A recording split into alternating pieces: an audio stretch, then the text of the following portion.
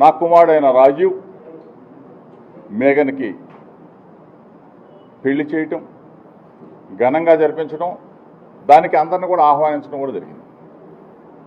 ఈ క్రమంలో వాళ్ళిద్దరి మధ్య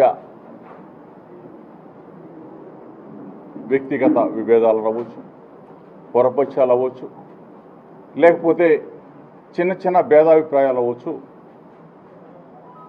ఇది దురదృష్టకరమైన సంఘటన. ఏ తల్లిదండ్రులైనా ఏం కోరుకుంటారు? ఈ రోజు వరకైనా సరే, ఎప్పటి వరకైనా సరే కలిసి ఉండాలనే కోరుకుంటారు తప్ప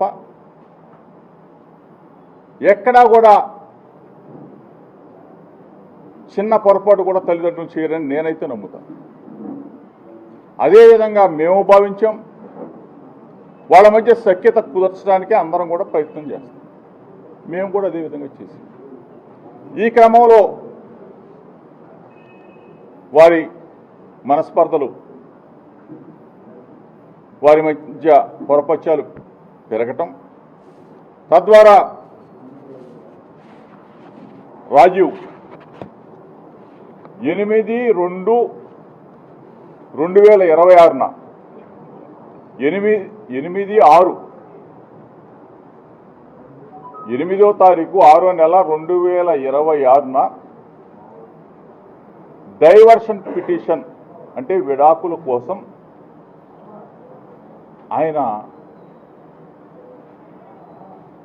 6వ నెల, దయచేసి మీడియా మిత్రులు దీన్ని గమనించమని చెప్పేసి, రాష్ట్ర ప్రజలకి అందరూ కూడా తెలియజెప్పమని చెప్పేసి మాత్రం భావిస్తాం, కోరుతాం.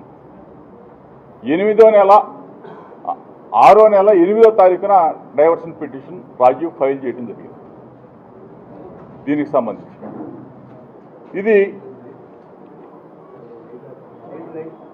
ఈ దరిమిల 24వ తారీఖు 7వ నెల 2026 మా కుటుంబం మీద మేఘన కంప్లైంట్ ఇవ్వడం జరిగింది. దయచేసి ఒకసారి మీరు దీన్ని గమనించమని చెప్పేసి మాత్రమే కోరుతా ఉన్నాం. అయినా సరే రాజీవ్ నా కుమారుడు, మేఘన నా కూతురుతో సమానం. ఎందుకంటే ఉన్నది కొన్ని రోజులైనా కన్న కూతురు కన్నా మిన్నగానే చూసుకున్నాం. ఎక్కడా ఏ పొరపక్షాలు మా మధ్య అయితే ఎక్కడా లేవు. రాజీవ్ మేఘన మధ్య ఉన్న విభేదాలు అవ్వచ్చు, పొరపక్షాలు అవ్వచ్చు, మాట తేడా అవ్వచ్చు, వాళ్ళ మధ్య ఉంటే ఉండవచ్చు. మేము మా కుటుంబం చక్కగా గౌరవించటం, చక్కగా సొంత కూతురులాగా నేను కానీ నా భార్య చూసుకున్నాం. ఈ పరిస్థితుల్లో వాళ్ళ మధ్యన విభేదాలకి ఆ తర్వాత రాజీవ్ డైవర్షన్ పిటిషన్ ఇవ్వటం, ఆ తర్వాత మా మీద కంప్లైంట్ ఇవ్వటం కూడా జరిగింది. అంటే యావత్ కుటుంబం మొత్తం కూడా 11 మంది మీద ఎఫ్ఐఆర్ నమోదు చేయడం కూడా జరిగింది. దీనికి సంబంధించి పచ్చని కుటుంబం, మంచి కుటుంబం, ఒక పొరపక్షం. ఈ క్రమంలో కొంతమంది ఆ కంప్లైంట్ దరిమిలా ఈరోజు నెల రోజులు అవుతా ఉంది. యాంటిసిపేట్ బెయిల్ తీసుకున్నాం. కొన్ని కోర్టు పరిధి దాటి మాట్లాడటం భావ్యం కాదు. కాబట్టి దయచేసి మీడియా మిత్రులకు చెప్తా ఉన్నాం, నెల రోజులుగా వ్యక్తిగత జీవితాలు కుటుంబ జీవితాలు, కుటుంబంలో వచ్చిన మనస్పర్ధలు, ఇద్దరి జీవితాలు అంటే రాజీవ్ మేఘన సంబంధించిన విషయాలని ఎంత అడ్డగోలుగా మనసుని క్షోభ కలిగించే విధంగా, మానసికంగా చంపేసే విధంగా కొన్ని, అందరినీ అంటలా దయచేసి, కొన్ని మీడియా ఛానల్స్, కొన్ని పనిగట్టుకొని యూట్యూబ్ ఛానల్స్ నెల రోజుల పాటు మా కుటుంబం మీద వ్యాపారం చేసుకున్న కొంతమందిని అడుగుతా ఉన్నా, ఇది మీకు భావ్యమా అని అడుగుతా ఉన్నా. ముందుగా నా పేరు మేఘన. నేను మాజీ మంత్రి జోగి రమేష్ గారి కోడల్ని.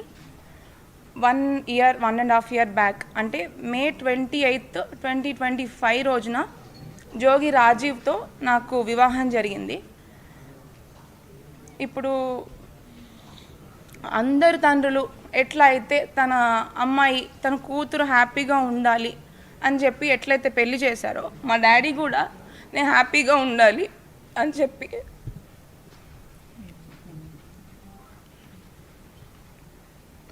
ఎంతో కష్టపడి తన స్తోమతకి మించి కూడా నేను హ్యాపీగా ఉంటాను ఆ ఇంటికి వెళ్తే అని చెప్పేసి జోగి రమేష్ గారి మీద నమ్మకంతో ఆ ఇంటికి నన్ను అప్పచెప్పాడు. కానీ ప్రతి ఆడపిల్లలాగానే నేను కూడా ఎన్నో ఆశలతో హ్యాపీగా ఉంటాను, ఒక కొత్త జీవితం ప్రారంభిస్తున్నాను అని చెప్పేసి ఎన్నో ఆశలతో నేను కూడా అడుగుపెట్టాను. కానీ అడుగుపెట్టిన కొన్ని రోజులకే చాలా ప్రాబ్లమ్స్ ఫేస్ చేయాల్సి వచ్చింది.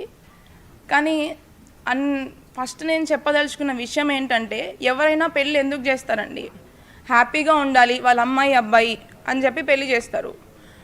బట్ జోగి రమేష్ గారు చేసిన ఉద్దేశం రాంగ్. ఫస్ట్ థింగ్ ఏంటంటే, ఒక పెళ్లి చేసుకున్న తర్వాత ఇద్దరి మధ్యలో గొడవలు వచ్చి విడిపోవడం అనేది కంప్లీట్ డిఫరెంట్ స్టోరీ.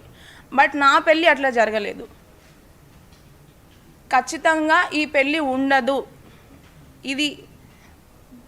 ఇది ఉండే పెళ్ళి కాదు అని చెప్పి అతని కొడుకుకి ఉన్న ప్రాబ్లము ముందే అతనికి తెలిసే, ఖచ్చితంగా వాళ్ళ కుటుంబం మొత్తానికి తెలిసే నాకు ఈ పెళ్ళి చేశారు. ఖచ్చితంగా అది నేను 100కి 100% చెప్పగలను. పెళ్ళికి ముందు ఇలా తెలిసి ఒక అమ్మాయి గొంతుని కోయడం అనేది చాలా పెద్ద నేరము. ఇట్లా ఇప్పుడు తనకు కూడా ఒక కూతురు ఉంది, తనకు కూడా ఖచ్చితంగా కూతురు ఉంది. తన కూతురు కూడా ఇట్లా జరిగితే ఏం చేస్తారు? ఇప్పుడు ప్రజలందరికీ సహాయం చేసే ఒక వ్యక్తి, పబ్లిక్ పర్సన్, అతను పబ్లిక్ నాయకుడు. మరి తన ఇంట్లో ఆడపిల్లకి అన్యాయం చేశాడు తనే. మరి ఏం చేద్దాం అనుకున్నాడు ఆయన? ఏ ఉద్దేశంతో పెళ్లి చేశాడు?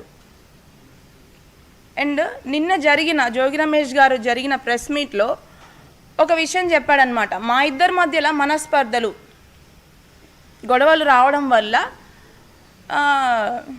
డిస్టర్బెన్సెస్ వచ్చి వాళ్ళు ఏదో విడిపోతున్నారు, బట్ ఇప్పుడు కూడా కలిసి ఉండాలని అనుకుంటున్నాను అంటున్నాడు.